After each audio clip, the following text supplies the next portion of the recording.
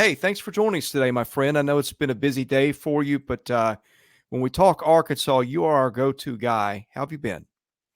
Oh, I'm doing good. I appreciate you being a little bit flexible for me.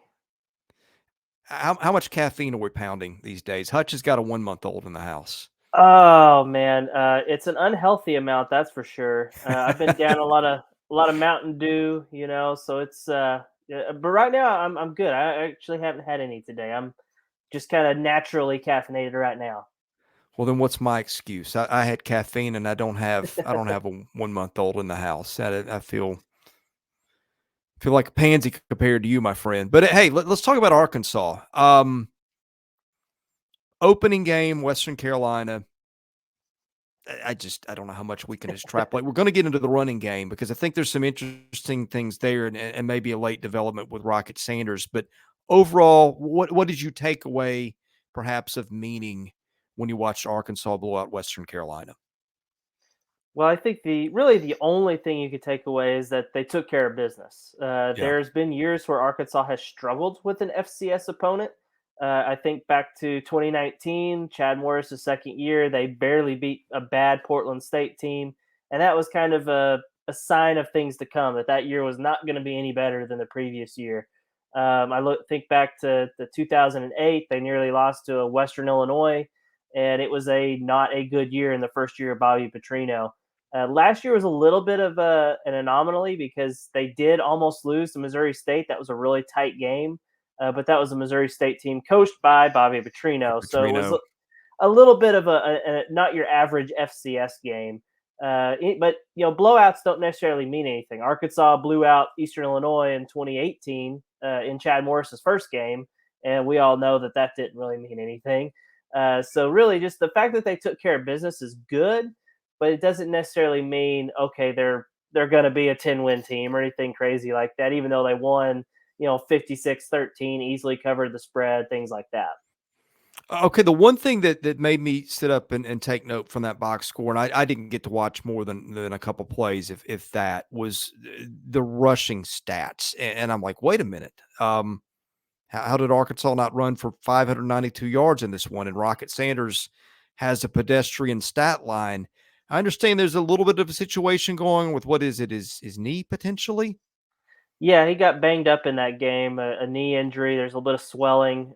He has actually been declared out for this game. He's not going to Oh, play Saturday against Kent State. And it doesn't sound particularly encouraging that he'll be able to play the following week against BYU. So that's a little bit of a bummer. But if there is one position Arkansas can maybe sustain yeah. an injury, and I'm not trying to downplay an injury to a preseason All SEC player by any means, but they do have some depth at running back, some good quality depth with AJ Green, Rashad DeBinion. Dominique Johnson was Arkansas' starter at the end of the 2021 season, missed pretty much all of last year with an ACL injury that he injured and then retore during the season. So they've got guys there that can fill in. But it was a little bit disappointing to see him run for 105 yards as a team against a Western Carolina team, again, an FCS team that's not a kind of a middle of the road FCS team. I think that was a little bit of a concern, but then again, Sam Pittman brought it up. Their game plan was to stop Arkansas's rushing attack. They were bringing the safety up.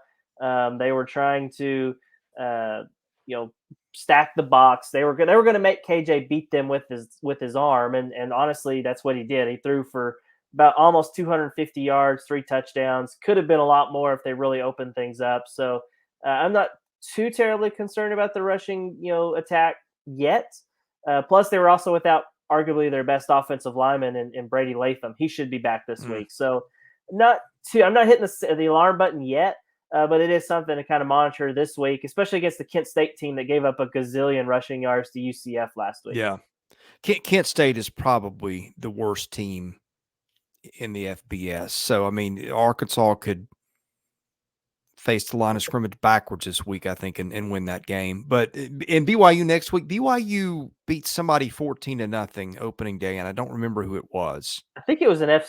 No, I don't think it was. It was. I think it was one of the FCS teams making the jump to FBS this year in Texas.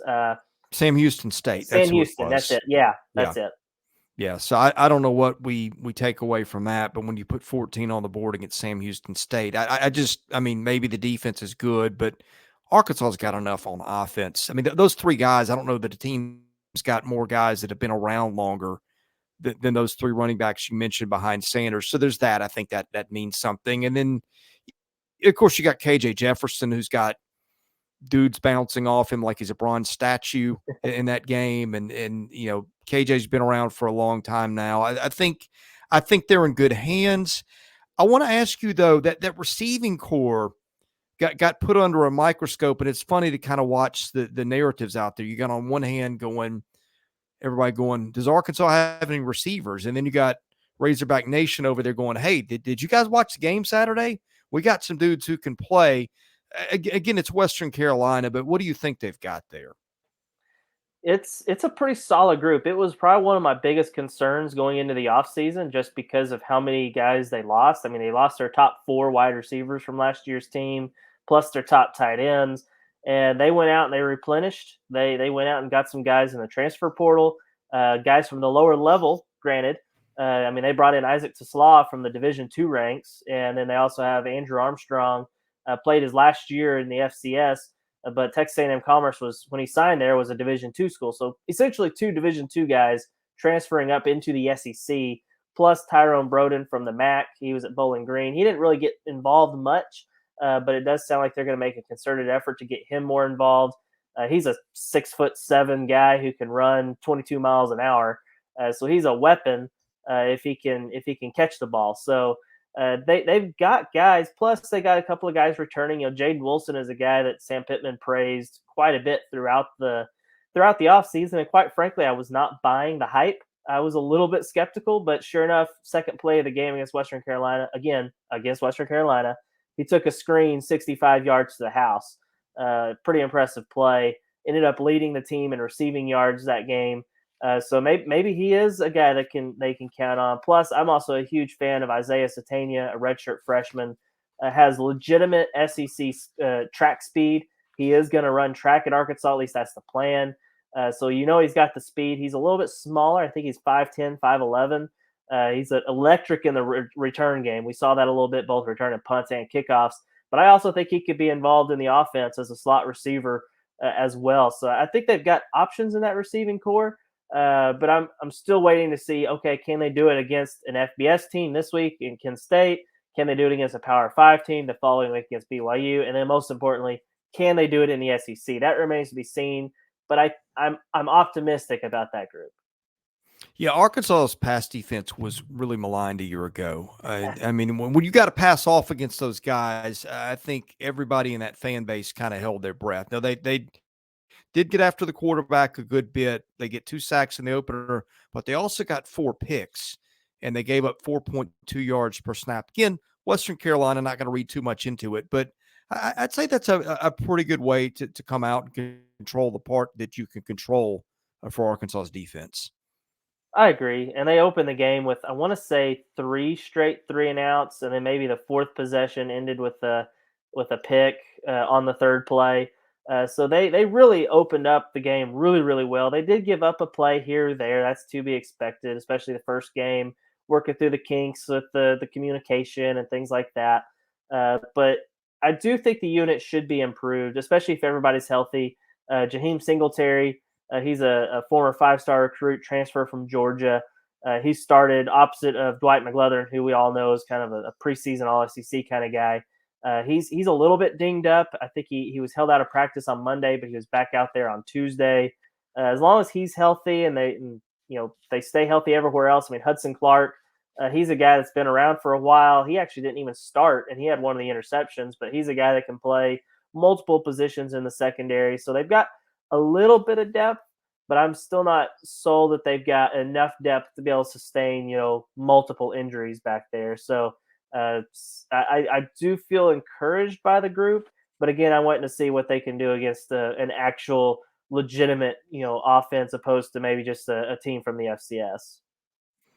Hutch, when I was at Media Day, we get a chance to interact with a lot of kids there. One guy that I was face to face with for about 15 minutes, I don't know if I asked him anything or not, was Landon Jackson, who's a mountain of a guy and got about 2% body fat on top of that, I think. Um, Opening night, 4 tackles, tackle and a half for loss. He's put on a lot of weight. Is a very mature kid. I think he's getting married this spring, maybe, which most of us weren't at that point in our lives when we were in college. But that's he is, and I think that says something about him. How did you evaluate his performance against Western Carolina? What does he mean to this defense going forward? He was solid, but maybe didn't quite flash as much as I expected. But again, that's also uh, a little bit by design. They're not going to show everything. I mean, just like how the Yeah. offense, they really didn't run KJ Jefferson, and same thing we said about the defense. I think they maybe only really kind of sold out, all out blitz, maybe a couple of times, and that's a trademark of the Travis Williams defense, based on everything we've been told. Is he likes to bring a lot of pressure, and I think there were maybe only twice that they brought 4 guys, to get after the quarterback. So that maybe played a factor in that. But I do expect Landon Jackson to have a good year because, as you said, I mean, he's physically impressive. He's built up the confidence in that knee. He tore his ACL while he was at LSU, not last year, but the year before that. So he wasn't ever really, truly, maybe 100%, over last season. Added all that weight this year. He looks the part. And plus, he was a guy that at one point in the recruiting process was a borderline 5-star recruit. I think it ended up falling quite a bit because of an injury during his senior year. It was still a 4-star, but not quite the level he was at one point. But I think we might see a little bit more of that potential this year as the season goes on. All right, Hutch, let's look forward a little bit. Any storylines that people maybe aren't talking about enough with this team? Anything the next week or two? Well, let's stick with this week because we're not really sure what they've got against BYU yet. Obviously, the Sanders situation and how they replace him this week is something to watch. Again, I don't know how much we learn given the opponent, but maybe what are some things that you're looking forward to watching that maybe give you a little bit of hint about what this team's got when they face Kent State Saturday? Yeah, I think the we talked a lot about the running backs, so I'll spare that. But that is a major thing to watch, as well as the offensive line, how they do in run blocking. If there's going to be any holes there, because that was the other thing. Rocket didn't exactly have a ton of holes to work with against Western Carolina, which is a little bit concerning. But again, they get their top offensive lineman back, Brady Latham, this week, so that should be something good. But on the other side of the ball, something that maybe is a little bit more under the radar is the linebacker core. Chris Paul Jr. He's a guy that I thought had all SEC potential, and he ended up not even starting week 1. I think that was a little bit because he was banged up some during fall camp, and Jaheim Thomas, a transfer from Cincinnati, kind of used that time to go ahead of him on the depth chart. But he still played quite a bit. But then in the second half, he got ejected for targeting. So what's that mean? He doesn't get to play the first half against Kent State. Means we're going to get to see not only Jaheim Thomas and Jordan Crook, the guys that started this past week, but also a freshman named Brad Spence. This is a guy that I think is a guy to keep an eye on throughout this year. Potential maybe freshman All SEC guy. He had a pick six, 85-yard pick six that capped the scoring as Western Carolina.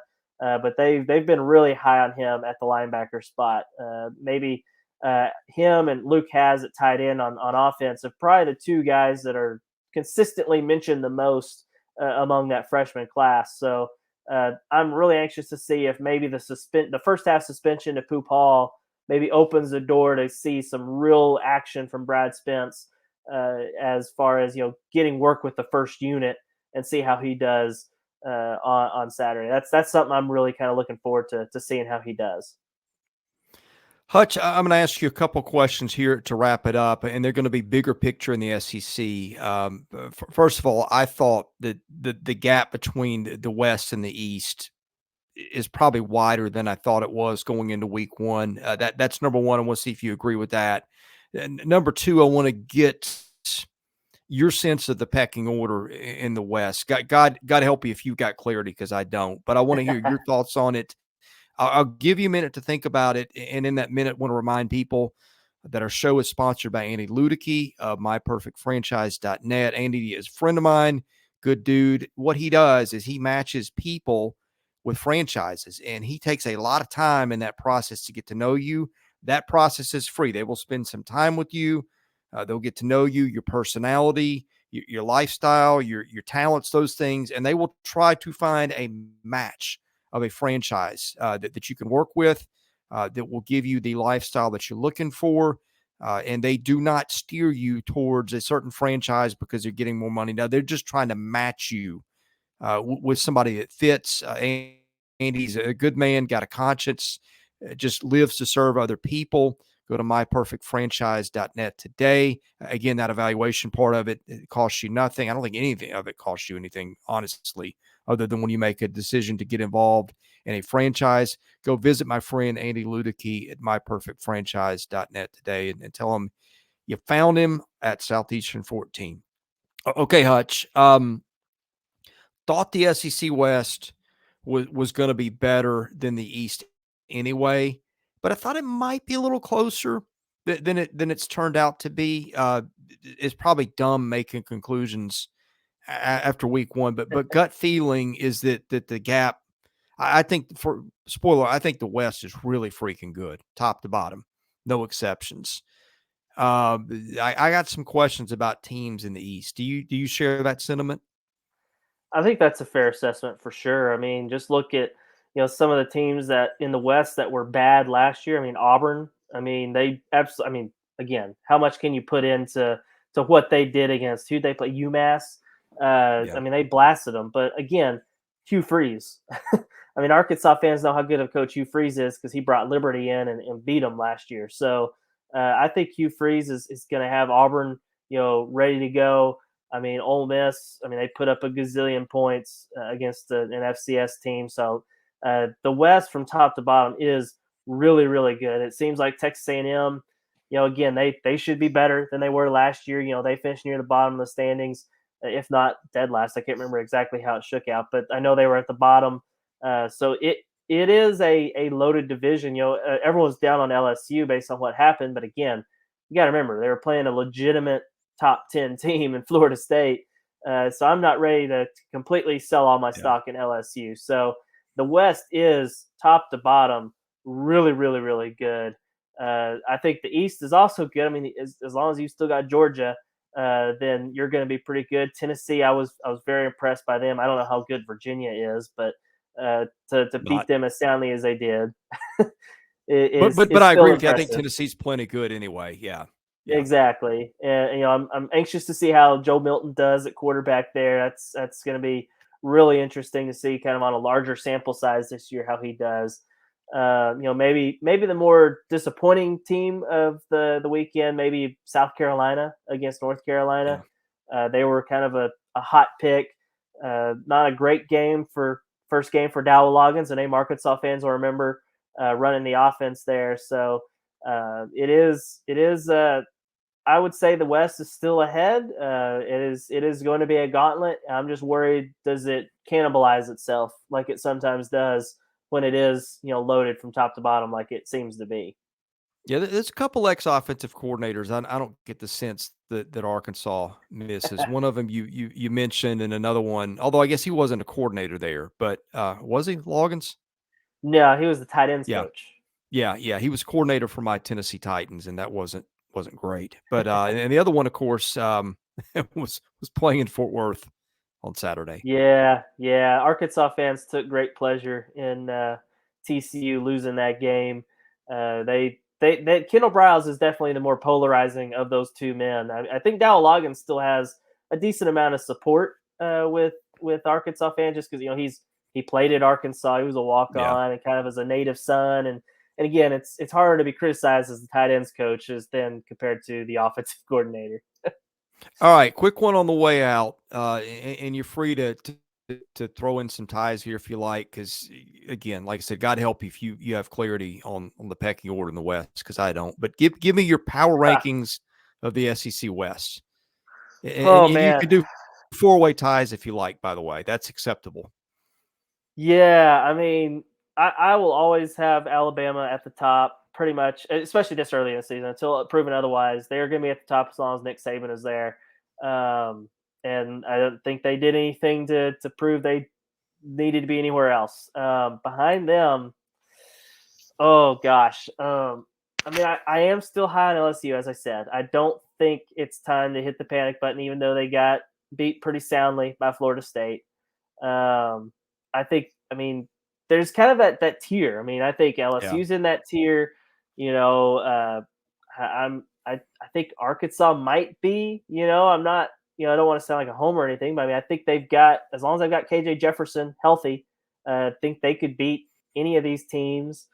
Gosh, man, Ole Miss I think is probably right there in that tier, and then maybe right below them is that tier of teams like an Auburn or Texas A&M trying to rebound.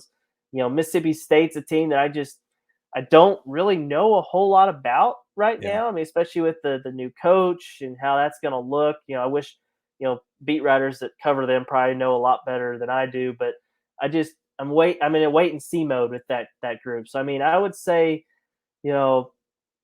maybe Ole Miss, LSU, and then Arkansas in a tier, and then maybe the other guys in the next tier. It's so hard to sort out right now, especially with such a small sample size against some not great competition, to say the least.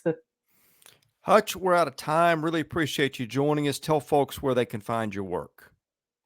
Yeah, so I'm writing for bestofarkansassports.com. It's a free website, no paywall, so you can go check it out if you want any coverage of the Razorbacks. And I'm also sharing all my work and other random thoughts and stuff on Twitter. I still call it Twitter. NWA Hutch. You can find me there. Yeah, those are the best places to go. Bestofarkansassports.com and NWA Hutch on Twitter.